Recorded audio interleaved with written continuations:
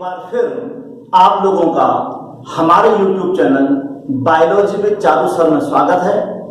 आज के वीडियो में हम जिस बिंदु पर चर्चा करेंगे वह है डिजीज मीन्स रोग या बीमारी। इस समय लगभग हर परिवार में कोई ना कोई व्यक्ति रोग से ग्रसित होता है। तो आज की वीडियो में हम रोगों के बारे में विस्तार से जानेंगे।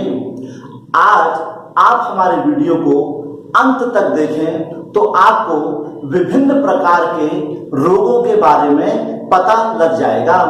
जब हमको रोगों के बारे में पता लग जाता है तो हम उसके निदान या उससे बचने के उपाय के बारे में भी स्वतः ही जानने लग जाते हैं। डिजीज यानी कि रोग, यह जो शब्द है, पहले तो सबसे पहले हमको ये देखना है कि रोग होता क्या है। यदि हम इस शब्द की व्याख्या करें तो डिजीज जो है वह दो शब्दों से मिलकर बना है, डिस और एस। दो शब्द हमारे पास हैं, डिस और ease. Dis means against, ease means comfort, means शरीर में किसी न किसी प्रकार की जो कोई भी शरीर के अंदर ऐसा हर वो लक्षण जो शरीर के नॉर्मल फंक्शन को रोक देता है या उसमें प्रॉब्लम क्रिएट करता है, उसे डिजीज या रोग कहते हैं। यह कोई विशेष रोग से मतलब नहीं है, मीन्स हर वो सिस्टम, हर वो सिम्टम जो शरीर की नेचुरल कंडीशन को प्रॉब्लम करता है, उसको रोक देता है, उसे रोग कहा जाता है। डिजीज जो होती है, रोग जो होती हैं, वो दो प्रकार के होते हैं, एक कंजेनाइटल और एक एक्वायर्ड। समय की बचत के लिए हमने इस पूरे रोग को एक चार्ट के रूप में आपके सामने प्रस्तुत कर रहे हैं। तो जो रोग का पहला जो भाग है उसे कहते हैं कंजेनाइटल। कंजेनाइटल का मतलब होता है बाय बर्थ, जन्मजात। मीन्स जब कोई शिशु पैदा होता है तो वह ऐसे रोगों को लेकर पैदा होता है, इसलिए इनको कंजेनाइटल या बाय बर्थ या बॉर्न डिजीज भी कहा जाता है। कंजेनाइटल डिजीज जो होती है वह दो प्रकार की हो सकती है, जीन म्यूटेशन और क्रोमोसोमल म्यूटेशन। जीन म्यूटेशन जैसे कि आपको पता है, एक पीढ़ी से दूसरी पीढ़ी में जो गुण जाते हैं वह क्रोमोसोम्स यानी कि गुणसूत्रों के द्वारा जाते हैं। गुणसूत्रों के अंदर लक्षणों के जीन पाए जाते हैं। तो पहले प्रकार के जो रोग होते हैं उन्हें जीन म्यूटेशन कहते हैं। इसके अंतर्गत ऐसे रोग आते हैं जो गुणसूत्र के अंदर जीन में परिवर्तन होने से उत्पन्न हो जाते हैं। ये माता पिता से सीधे बच्चों तक पहुंच सकते हैं। इसमें जो मुख्य होते हैं उनको हम समझ सकते हैं, हीमोफीलिया, या हम इसे कलर ब्लाइंडनेस, कई प्रकार के रोग हैं, एल्बिनिज्म। तो ये रोग जो होते हैं ये बाय बर्थ होते हैं। इन रोगों के बारे में हम इससे पूर्व के वीडियो में विस्तार से चर्चा कर चुके हैं। हीमोफीलिया मीन्स रक्त जो होता है उसका थक्का यानी कि बहना नहीं रुकता है। नाइट ब्लाइंडनेस का मतलब होता है, या कलर ब्लाइंड, यहाँ कलर ब्लाइंडनेस लिखा हमने, कलर ब्लाइंडनेस का मतलब होता है वह रेड और ग्रीन कलर में डिफरेंस नहीं कर पाता है। इसी प्रकार नाइट ब्लाइंडनेस जो कि शाम यानी कि नेचुरल लाइट में दिखना बंद हो जाता है। एल्बिनिज्म, शरीर का मेलानिन खत्म हो जाता है। ये सभी के सभी रोग जो होते हैं ये जीन म्यूटेशन यानी कि जीन में परिवर्तन होने से उत्पन्न होते हैं। दूसरे प्रकार के जो रोग हैं जो कॉन्जेनाइटल हैं उन्हें क्रोमोसोमल म्यूटेशन कहते हैं। ये रोग शरीर में क्रोमोसोम्स की संख्या में अंतर होने से उत्पन्न हो जाते हैं। जब क्रोमोसोम्स की संख्या कम या ज्यादा होती है, जैसा कि हमको पता है मनुष्य के शरीर में 23 पेयर यानी कि 46 क्रोमोसोम्स होते हैं। तो जब क्रोमोसोम्स की संख्या में अंतर आ जाता है उससे जो सिम्टम या रोग या विकार उत्पन्न होते हैं उन्हें क्रोमोसोमल म्यूटेशन कहते हैं। इसके अंतर्गत सिंड्रोम्स आते हैं। सिंड्रोम से मतलब होता है, जैसे कि हम इससे पहले पढ़ चुके हैं, Down syndrome, Turner syndrome, Klinefelter syndrome, अर्थात शरीर में क्रोमोसोम्स की संख्या में परिवर्तन आने से उत्पन्न विकारों को क्रोमोसोमल म्यूटेशन कहा जाता है। इस प्रकार के रोग में उसका इलाज करना काफी कठिन हो जाता है। क्यों? क्योंकि ये बाय बर्थ होते हैं, बच्चा उन रोगों को लेकर पैदा होता है।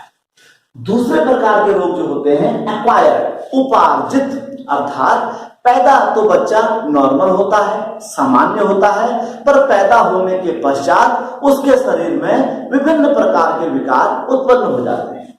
इनको हम एक्वायर्ड डिजीज कहते हैं, जो कि दो प्रकार की होती है, कम्युनिकेबल, नॉन कम्युनिकेबल।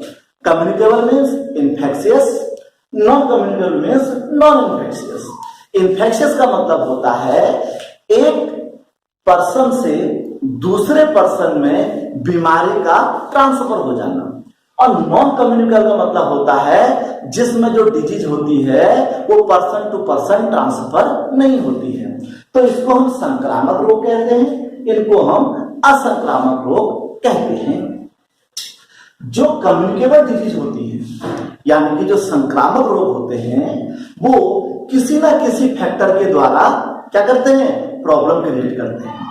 अब वो जो कॉजेटिव एजेंट होते हैं, जिसको हमने यहां पर लिखा रखा है कॉजेटिव एजेंट्स मीन्स कारक, मीन्स जो इन्फेक्शियस डिजीज है वो किसके द्वारा उसका इन्फेक्शन होता है। तो मेनली जो कॉजेटिव एजेंट होते हैं, मेनली वो 5 प्रकार के होते हैं।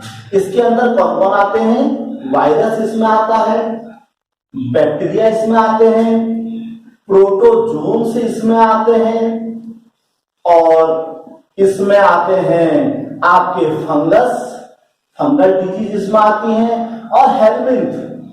हेलमिंथ से मतलब होता है, अब इनको हम बारी बारी से आपको बताते हैं। जैसे वायरस, जैसा कि आप वर्तमान परिप्रेक्ष्य में देख ही रहे हैं, इस समय कोरोना वायरस का पूरी दुनिया में क्या है, कहर बरपा हुआ है। वायरस तो कोरोना एक बीमारी हो गई जो कि वायरस के द्वारा ट्रांसफर हो रही है।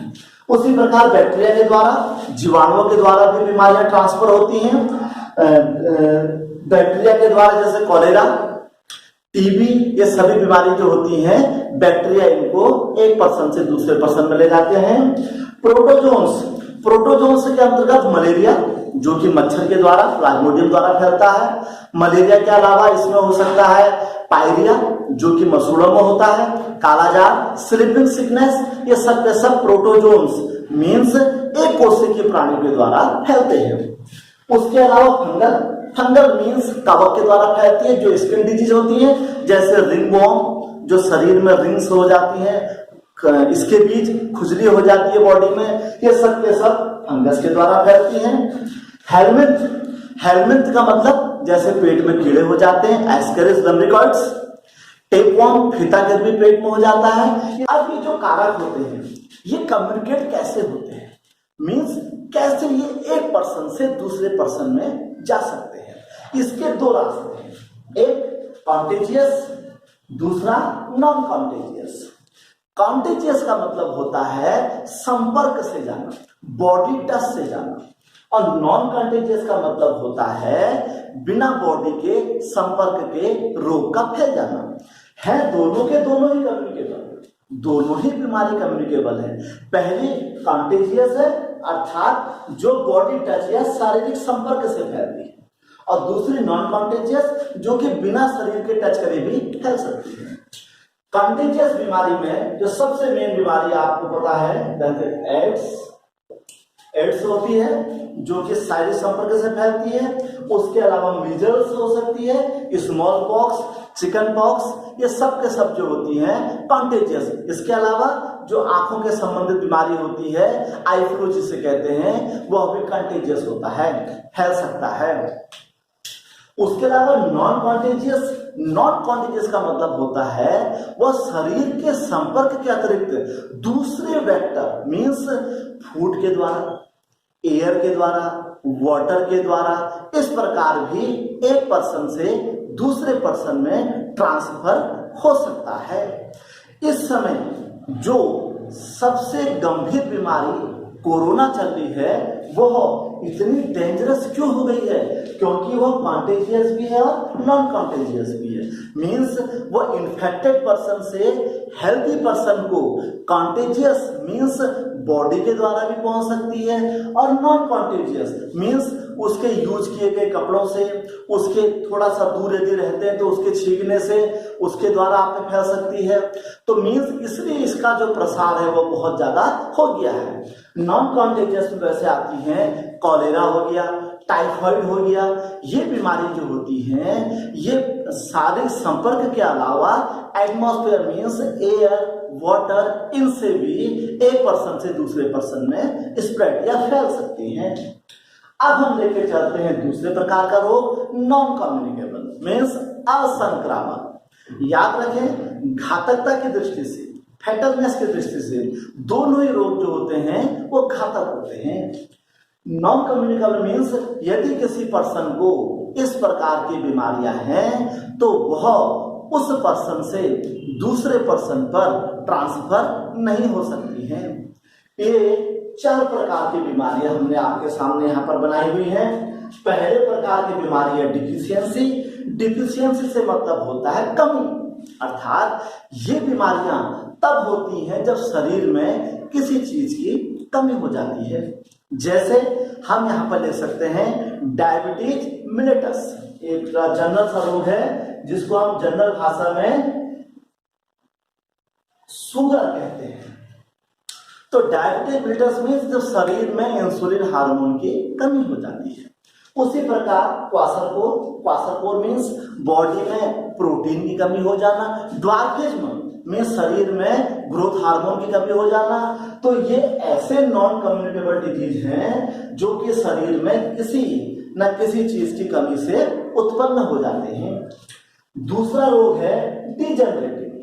डिजनरेटिव का मतलब होता है शरीर में टूट फूट से होना, जैसे आर्थराइटिस। आर्थराइटिस जो होता है, आर्थराइटिस मीन्स बोन संबंधी प्रॉब्लम होती है जिसमें बोन के टिश्यू या अन्य टिश्यू जो होते हैं डैमेज हो जाते हैं, जिससे बोन संबंधी बीमारियां उत्पन्न हो जाती हैं। ये आर्थराइटिस है। या कभी कभी बोन को जोड़ने वाले बोन टू बोन लिगामेंट्स या bone to muscle tendon damage हो जाने से भी प्रॉब्लम क्रिएट हो जाती है। ये सब के सब नॉन कम्युनिकेबल हैं और ये डिजनरेटिव के अंतर्गत आते हैं। उसके अतिरिक्त जो थर्ड वन है दैट इज कैंसरस। कैंसरस इस समय बहुत ज्यादा इसका प्रसार हो रहा है, जो कि ट्यूमर यानी कि अर्बुद से पैदा होती है। इसमें क्या होता है, शरीर के अंदर कुछ सेल्स क्या होती हैं अनकंट्रोल्ड ग्रोथ करनी शुरू हो जाती हैं। मीन्स वो अनियमित वृद्धि करती हैं और जब उसमें इन्फेक्शन हो जाता है तो उस समय ट्यूमर बन जाता है, जो कि बाद में जाके कैंसर का रूप ले सकता है। और चौथी बीमारी जो है एलर्जिक। एलर्जिक का मतलब होता है जब किसी पर्सन विशेष को, किसी व्यक्ति विशेष को किसी वेक्टर, हवा, पानी, धूल, इस किसी चीज से जब कोई प्रॉब्लम होती है तो उसको एलर्जी कहलाती है। इसके अंदर हमारे पास आता है अस्थमा, या इसको हम दूसरा है फीवर। ये सब के सब जो होते हैं एलर्जिक डिजीज मानते हैं। मीन्स ये हर व्यक्ति को समान रूप से नहीं होती है, हर व्यक्ति की एलर्जी की प्रॉब्लम जो होती है अलग होती है। ये सब के सब उस व्यक्ति के इम्यूनो सिस्टम पर डिपेंड करती है। तो इस प्रकार हमने इस चार्ट के द्वारा जाना कि इस समय कितने प्रकार के रोग हमारे आसपास पाए जाते हैं। तो जैसे जैसे रोग का स्प्रेड होने का तरीका या रोग के होने का तरीका है, उन रोग से बचाव का तरीका भी उसी प्रकार है। जैसे वर्तमान में कोरोना वायरस को यदि हम देखें तो हम देख रहे हैं कोरोना वायरस जो है कॉन्टेजियस भी है, नॉन कॉन्टेजियस भी है। अर्थात वह बॉडी संपर्क से भी फैल सकता है, अन्य वेक्टर से भी फैल सकता है। अब हमको यह पता लग गया है कि इसके फैलने के तरीके क्या क्या हैं। तो यदि हम इसके फैलने के तरीकों को रोक दें तो हम इससे अपना बचाव कर सकते हैं। तो रोगों के बारे में जानने से हमको उनसे बचाव के तरीके के बारे में पता लग जाता है। तो आज की वीडियो में हमने विभिन्न प्रकार के रोगों के बारे में चर्चा करी और हमें पूरा विश्वास है कि आपको विभिन्न प्रकार के रोगों के बारे में समझ में आ गया होगा। यदि आपको हमारे यह वीडियो पसंद आ रहे हैं तो हमारे YouTube channel biology with Charu sir में जाकर आप हमारे चैनल को सब्सक्राइब करें, लाइक करें और शेयर करें और हाँ, अपने कीमती सुझाव हमको देते रहें ताकि आने वाले वीडियो को हम आपके सुझाव के आधार पर और भी अच्छा बना सकें। धन्यवाद।